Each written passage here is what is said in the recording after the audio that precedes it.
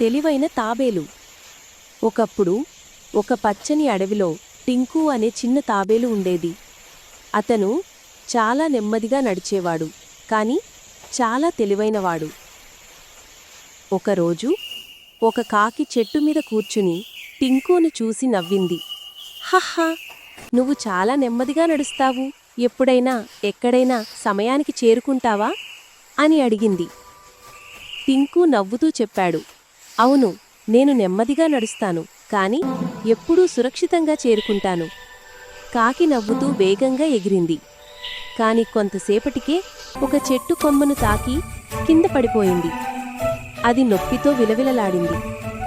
టింకు నెమ్మదిగా వచ్చి కాకిని లేపాడు. తన చిన్న నీటి పాత్రలోని నీరు ఇచ్చాడు. కాకి సిగ్గుతో చెప్పింది, నువ్వు నిజంగా తెలివైనవాడివి టింకు. టింకు చిరునవ్వుతో అన్నాడు, నెమ్మదిగా నడిచినవాడే చివరికి గెలుస్తాడు. ఆ రోజునుంచి టింకు, కాకి ఇద్దరూ మంచి స్నేహితులయ్యారు.